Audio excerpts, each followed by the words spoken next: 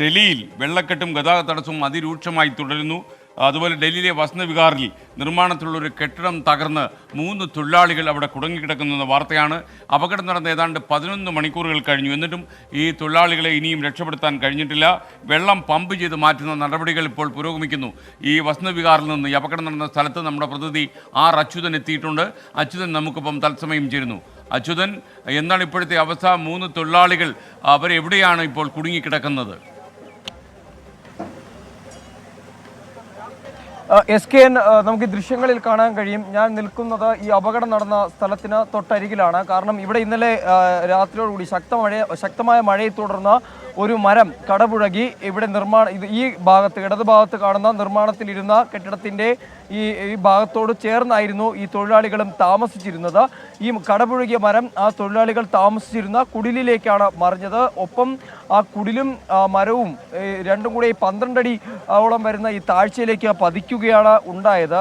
നിലവിലിപ്പോൾ ഈ അവശിഷ്ടങ്ങൾ, അതായത് കുടിലിൻ്റെ ഭാഗമായിട്ടുള്ള ഇരുമ്പ് കൊണ്ട് നിർമ്മിച്ച അവശിഷ്ടങ്ങളെല്ലാം ഇപ്പോൾ ക്രെയിൻ ഉപയോഗിച്ച് നീക്കം ചെയ്യുകയാണ്. കാരണം ഈ രക്ഷാപ്രവർത്തനത്തിന് ഏറ്റവും കൂടുതൽ തടസ്സം സൃഷ്ടിച്ചിരിക്കുന്നത് ഈ 12 അടി താഴ്ചയിൽ മഴയെ തുടർന്നുണ്ടായ വെള്ളക്കെട്ടാണ്. അത് ആദ്യം നീക്കം ചെയ്താൽ മാത്രമേ ആ ചെളിമണ്ണ് മാറ്റി ആ 3 പേരെ പുറത്തെടുക്കുവാൻ കഴിയൂ എന്നുള്ളതാണ് NDRF ഉദ്യോഗസ്ഥർ നമുക്ക് നൽകുന്ന വിവരം.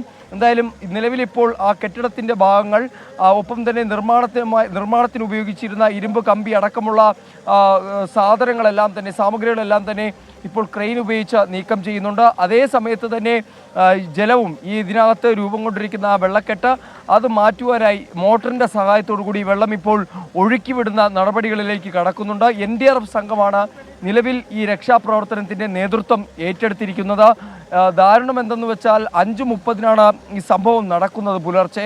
എന്നാൽ മണിക്കൂറുകൾ പിന്നിടുമ്പോഴും കാര്യമായ പുരോഗതി ഉണ്ടായിട്ടുണ്ടോ എന്ന് ചോദിച്ചാൽ ആ ഫലം അതില്ല എന്നുള്ളതാണ്. കാരണം ഉച്ചയോടുകൂടിയാണ് ഈ ക്രെയിൻ അടക്കമുള്ള സംവിധാനങ്ങൾ ഇവിടേക്ക് കൊണ്ടുവരുന്നത്.